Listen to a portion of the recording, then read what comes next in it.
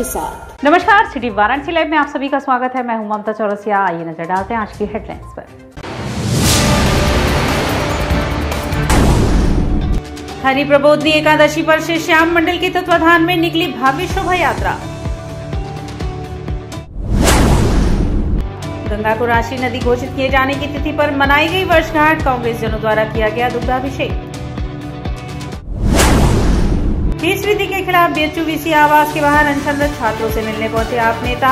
सुरक्षा कर्मियों और छात्रों व नेताओं से हुई तीखी बहस। केंद्रीय शिक्षा, कौशल विकास व उद्यमिता मंत्री धर्मेंद्र प्रधान 2 दिवसीय दौरे पर पहुंचे काशी। और अब खबरें विस्तार से।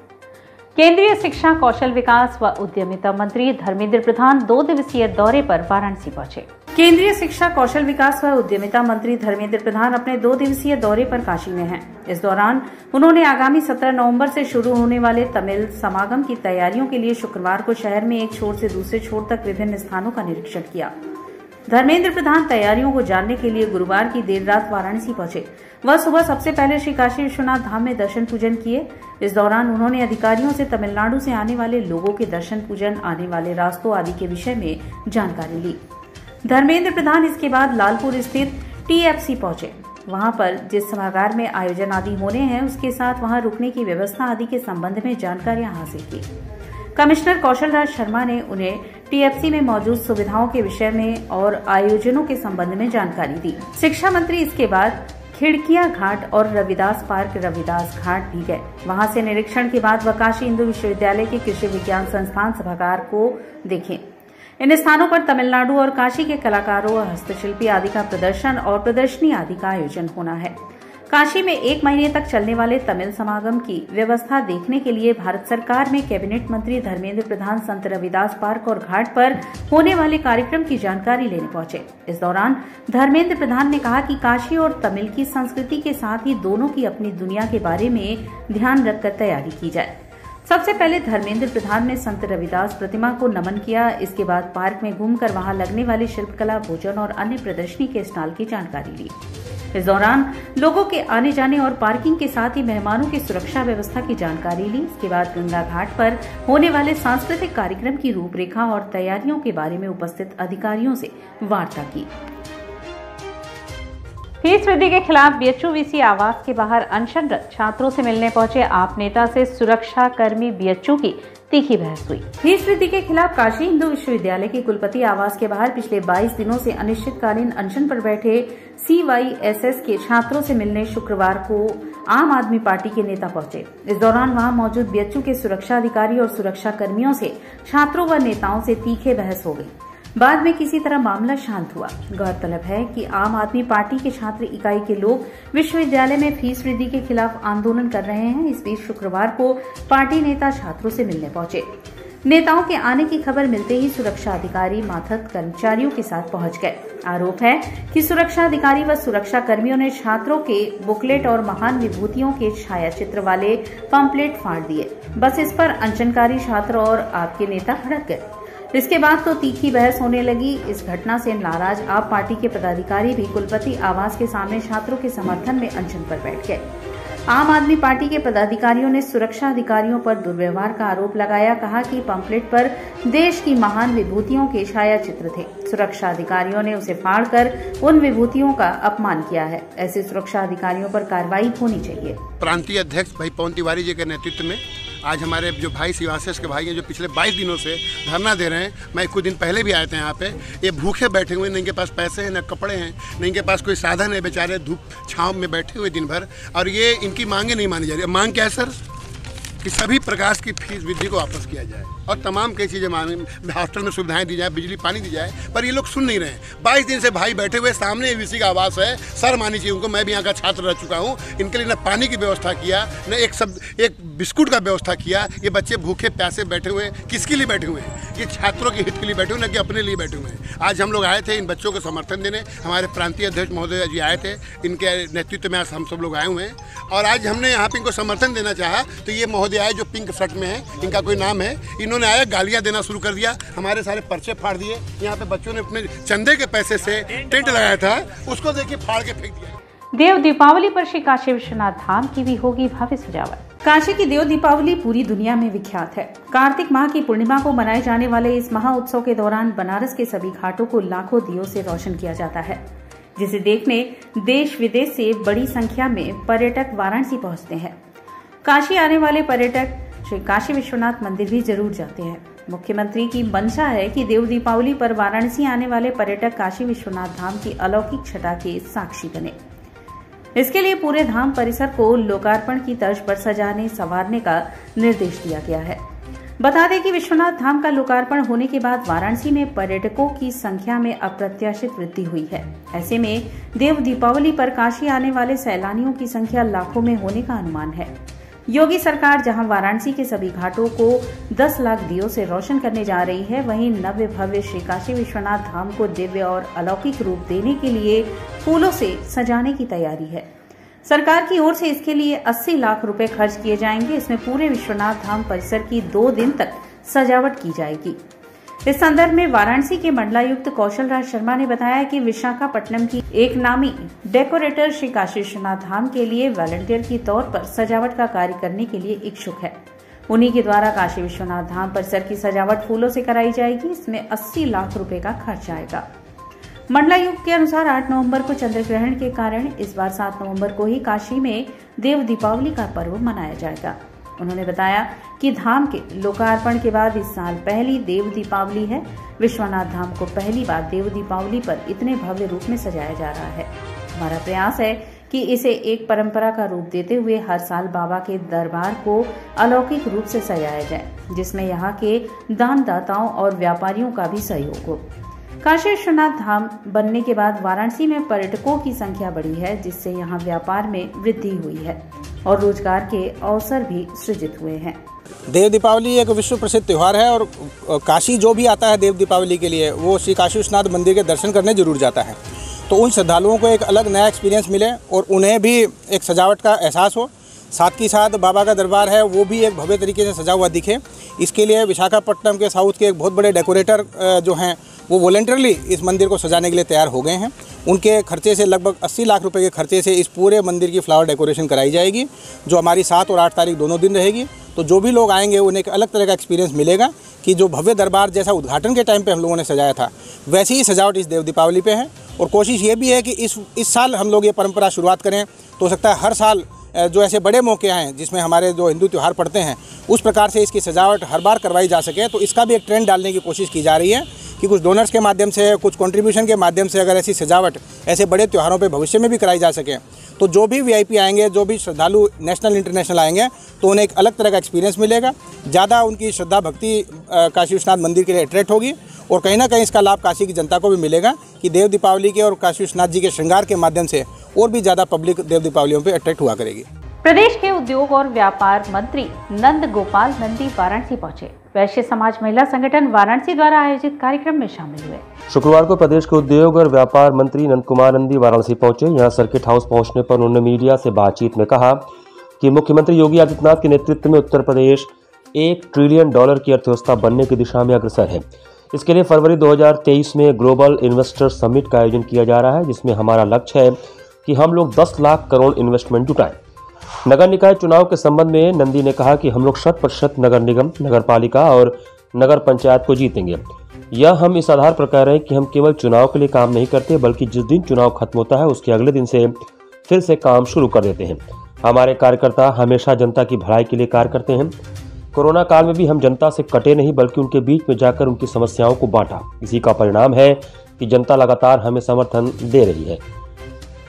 आगामी नगर निकाय चुनाव में भी उसी प्रकार सफलता मिलेगी। निकाय चुनाव में ताल ठोक रही आम आदमी पार्टी के सवाल पर नंदी ने कहा कि वे लोग केवल जनता को गुमराह करने का काम करते हैं, उनसे सजग रहने की जरूरत है। इसके पूर्व सर्किट हाउस में आयोजित वैश्य समाज महिला संगठन वाराणसी द्वारा आयोजित कार्यक्रम में वे बतौर मुख्य अतिथि शामिल हुए। निकाय चुनाव में भी हम 100% सीटें जीतेंगे। जितने हमारे नगर निगम हैं,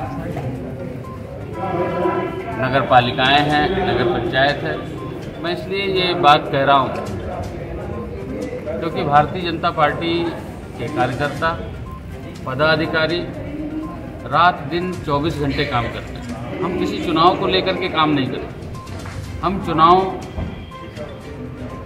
जीते, चुनाव जीतने के तुरंत बाद वैसे ही काम करते हैं जैसे चुनाव जीतने के पहले कर रहे थे, चुनाव लड़ने के समय कर रहे थे। तो निश्चित रूप से जो कार्यकर्ता बूथ पर, सेक्टर पर, गांव में, गली में, मोहल्ले में, चाहे कोविड रहा हो, अपनी जान की बाजी लगा करके भी हमारे कार्यकर्ताओं ने समाज की सेवा करने का काम किया है। और सबका साथ, सबका विकास और सबका विश्वास, सभी जाति धर्म मजहब के लोग हमारे साथ हैं। और हम बड़ी और आम आदमी पार्टी के नेता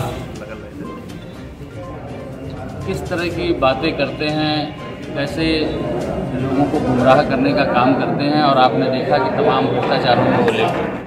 हरि प्रबोधनी एकादशी पर श्रद्धालुओं ने गंगा में आस्था की डुबकी लगाई। दशाश्वमेध घाट पर श्रद्धालुओं की भीड़ जुटी।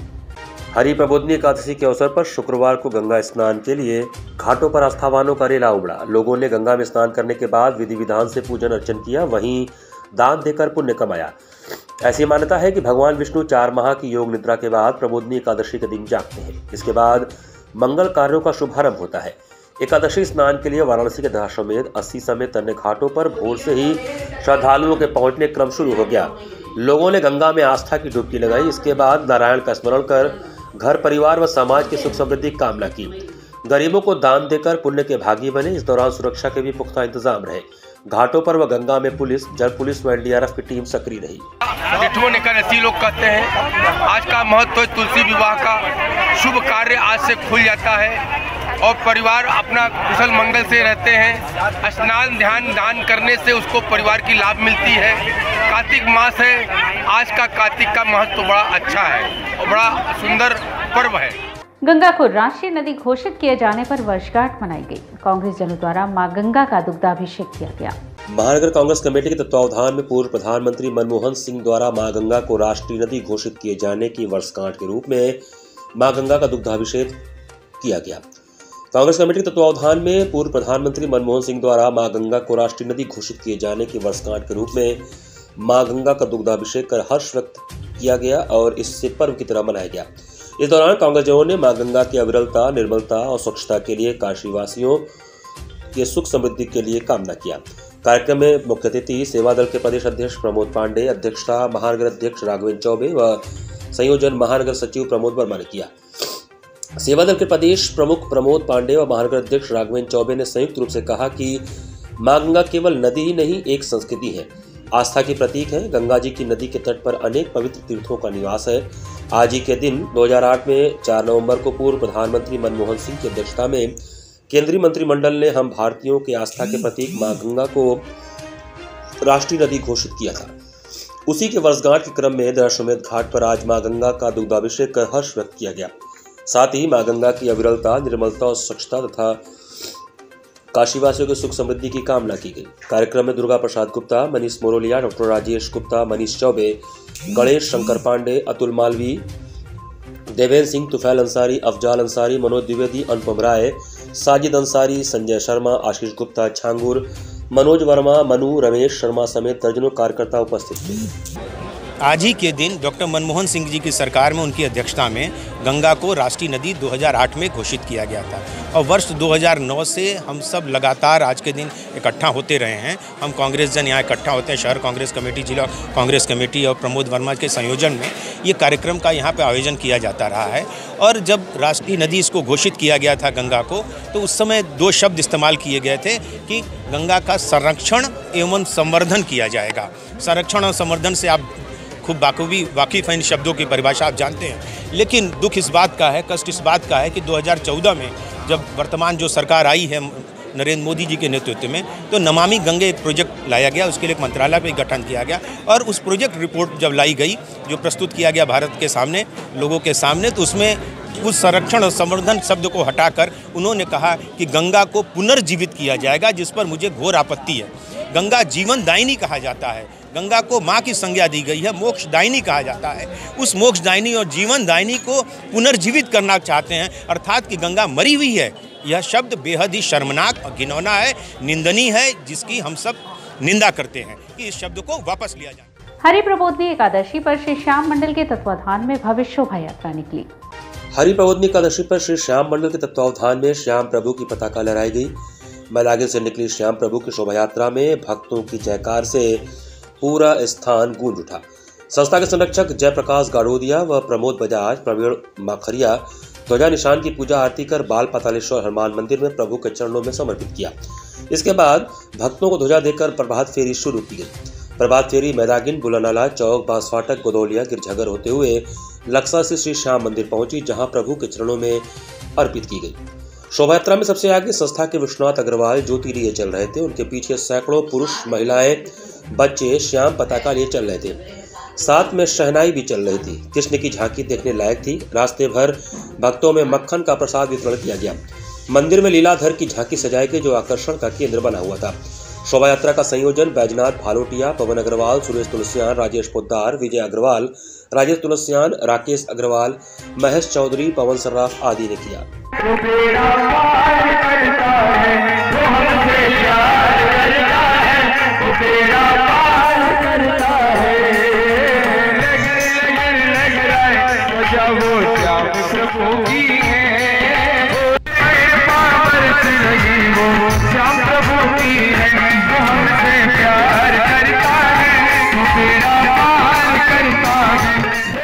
साधना फाउंडेशन ने प्लेटलेट दान जागरूकता अभियान रैली निकाली।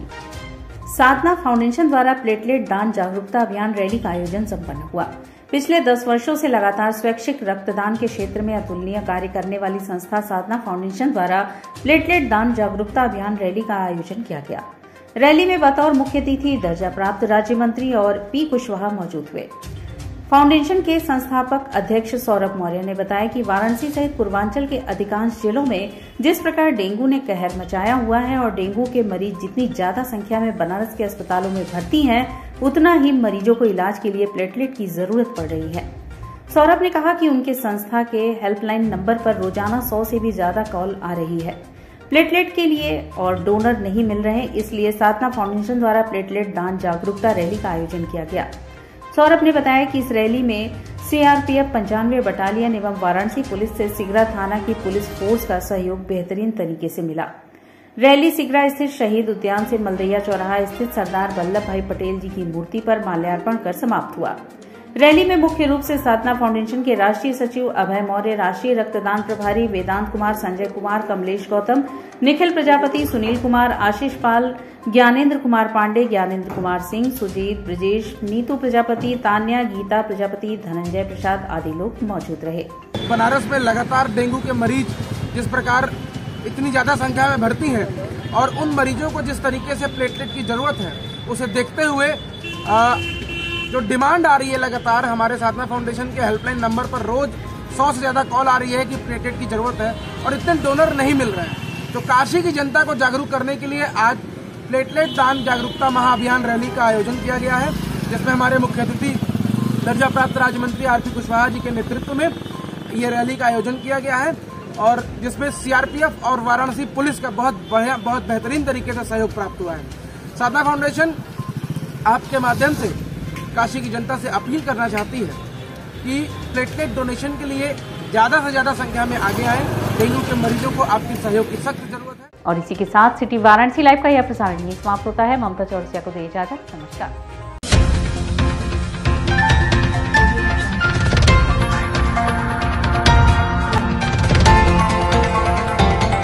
वाराणसी लाइव, सच के साथ।